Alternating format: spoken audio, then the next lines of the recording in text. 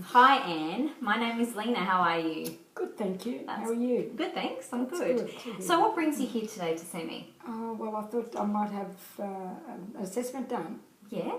on my eyes, because I've heard that you can tell if anything is not working properly through my eyes. Yeah, sure. And so I'd like to see, what you think that I need to sort of adjust or in my diet. And Are there any particular symptoms that you've been noticing lately that have made you want to get an iris assessment? Yes, I feel that I have quite a few headaches and very fuzzy and foggy in the head, and a lot of aches and pains down my legs, and sometimes a bit of some reflux and some sort of cramping and bloating and all that sort of thing. And all right, well, as we go through, I might ask some more specific questions about when you feel those things and how you feel those things. And I think we can go into an iris assessment straight away. Have you had iridology done before? Yes. Yeah. Was it some time ago or just recently? Many years ago. Okay, yes. So I might just quickly refresh your memory about what it involves. Basically, iridology is non-invasive, but it's not diagnostic either. So I can have a look in your eyes, I can tell you things you might be predisposed to. It's very, very genetically based. So your right eye represents your father and what you may have inherited from your father, and the left eye represents the mother and what you've inherited from your mother. So we can look at it, in that way, and it can give us an indication of areas of weakness, perhaps, or areas that need a little bit more nurturing. And we'll see if it corresponds with the symptoms that you've been feeling. Some things might be relevant to you and some things might not be relevant to you, because like I said, it's genetic. So and if you don't necessarily experience some of the symptoms now, then it might be something that we want to work on preventing for as you age a little bit more. That's right. That's right. Yeah, really preventative. So it's an excellent preventative tool. Yeah. Okay. So the thing with iridology is that I do need to come quite close. You might remember from your previous experience. So I'll need to come in quite close. I'll probably need to lift your eyelid at some points just to see the very top of the iris. So are you comfortable with that? Yes. Okay, great. And also, just so you know, I use two tools when I do an iridology assessment. So this one here is a magnifying glass, and it's also got a little light attached. So as you can see, that's quite bright. I'll be using it intermittently, so I'll have a look, we'll have a bit of a chat, I'll ask you some questions. But if it becomes too much and you want to break or you need to blink, that's fine. The only other thing is I'm using a side light, and this is very, very bright. So I'll use that at some points, and that's just to give me a little bit of a bit more detail. I can actually see better detail in the eye. Certain signs and markings show up better with that. I'll also be using an iridology chart so that I can show you where on the eye certain things are happening, so that you understand that. So if you're happy to go ahead with that, we can get started. Interesting, won't it? Yeah, it is. It's very interesting, actually. It's really insightful. It tells you a lot about things that are going on. Good. That's what we want to know. Yeah. So let's get started. As I said, I'm going to have to come in nice and close. So if we can just shuffle in, that's great. That's good. Okay. Close enough? That's great. Yep, that's good. So while we're doing the assessment, it would be really helpful if you focus on a central point on my forehead, just so that I have the same view all of the time. Good. And what I will also do is I'll start off by having a look at your pupil reaction to light, because that tells me a lot about your adrenal energy. And then I'll move on to looking at the right eye, and then we'll look at the left eye. Oh, good. Okay. So I'll assess the pupil first, and I'll tell you a little bit about your pupil, and then we can go from there. Okay, dear. Okay.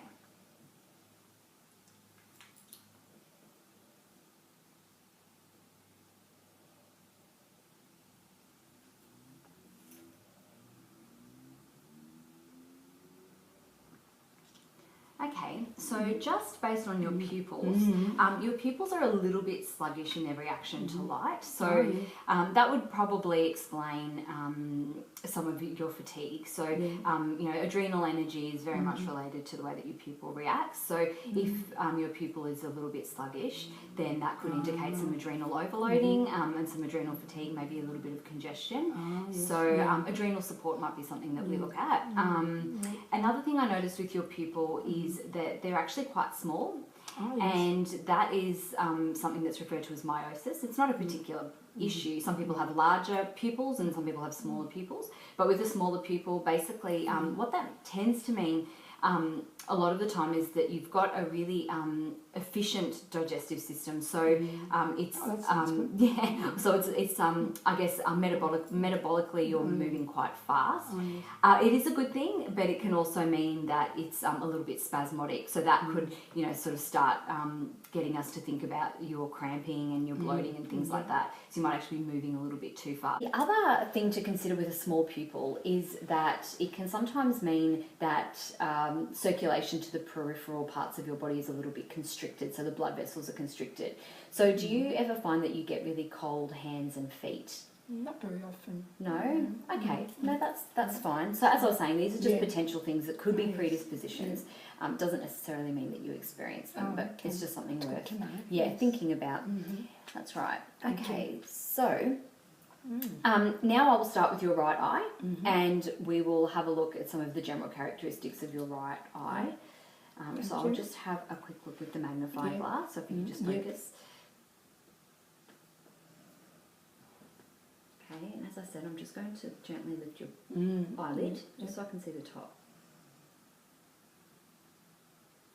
Okay, great. I just want to have a quick look with my side light.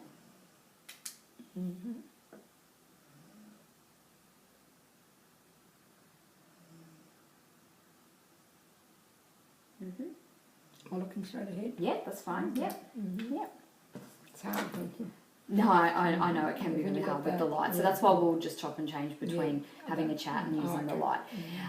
Okay, so first of all, the first thing I notice about your eyes is that they are brown, and that is what we refer to as a hematogenic eye or a hematogenic colour. So basically that relates to the fact that there are particular things that just by having a brown eye you are a little bit predisposed to. It's also referred to as a biliary eye, and the biliary system is our gallbladder and our liver. So automatically that tells us that the gallbladder and the liver, and I guess digestive organs, organs of elimination, organs of detoxification, they are probably going to be our primary nurture points. So you've already mentioned that you have some issues with reflux, so that could potentially be something that we need to work on. Another issue that comes up with the hematogenic eyes a lot more than other coloured eyes is circulation. So the thickness, I guess, of your blood and the way that the blood actually circulates. So we can find sometimes that blood clotting issues are a bit of an issue. So are you aware of any issues with thrombosis or blood clots, or have you ever had those sorts of problems in the past or know anyone that has? I haven't had it, but I feel sometimes when we travel, that I have to wear the compression stockings. Yes, exactly. So that's just a predisposition that you... The legs hurt. Exactly right. So when you're still, then you start to, the blood starts to pool. So again, iridology is just a really nice way of basically saying that these are potential things you might have issues with. So like you said before, we can take preventative measures to make sure that, we don't run into problems like deep vein thrombosis or something after a flight. So that's great that you're already doing those things. Another thing that can pop up with hematogenic eyes is pancreatic issues. And by that, I mean, the pancreas releases all of our digestive enzymes, and it's also really important for releasing insulin, which is our primary blood sugar regulator. So either hypoglycemia, so low blood sugar, or hyperglycemia, high blood sugar, can be, I guess, seen more often in people with hematogenic eyes. So do you tend to find that after a meal or in between meals, you get really fatigued. So you get quite hungry and peckish, and you feel like you constantly need to sort of snack to keep your energy levels high. Yes. Yeah, right. Yeah, so that's got a lot to do with your blood sugar levels and, you know, the way that you regulate your blood sugar levels. So to the pancreas. exactly right. Okay. So do you have any history of diabetes in the family, or have you ever had issues with diabetes? I take a pre-diabetic tablet. Okay, right. Sort of, on the borderline. So. Okay, so blood sugar regulation is very important for you, which would lead us to start looking at things like particular dietary changes, exercise, physical activity changes.